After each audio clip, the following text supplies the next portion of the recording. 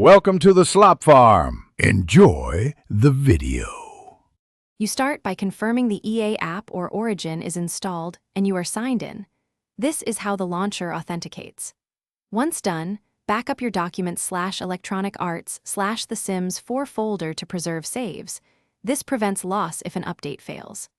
Make sure you have at least 10% free disk space and a stable Wi-Fi or wired connection, because downloads pause or corrupt on flaky networks. Now open the EA app, or origin, and locate The Sims 4 in your library to begin. You click Update or Download in the library. The launcher will fetch the latest patch and required files. While it downloads, pause other large transfers and close demanding apps. This speeds verification and reduces installation errors. Once the download completes, the launcher will automatically verify and install. Let it finish without interrupting power or network. If prompted, allow the launcher to repair or replace files, because integrity checks fix corrupted components and prevent crashes after patching. You now launch The Sims 4 and open a single save to confirm the game runs and content loads correctly. Next, update mods and custom content.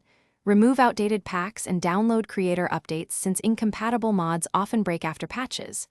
If you see errors, use the launcher's Repair Game option, restore your backed up saves, and clear the local thumb cache. Package file to force asset rebuilds. One key troubleshooting tip: disable mods and test. If the game works, reintroduce mods one folder at a time to find the culprit. Thanks for watching. Consider subscribing if we helped you today.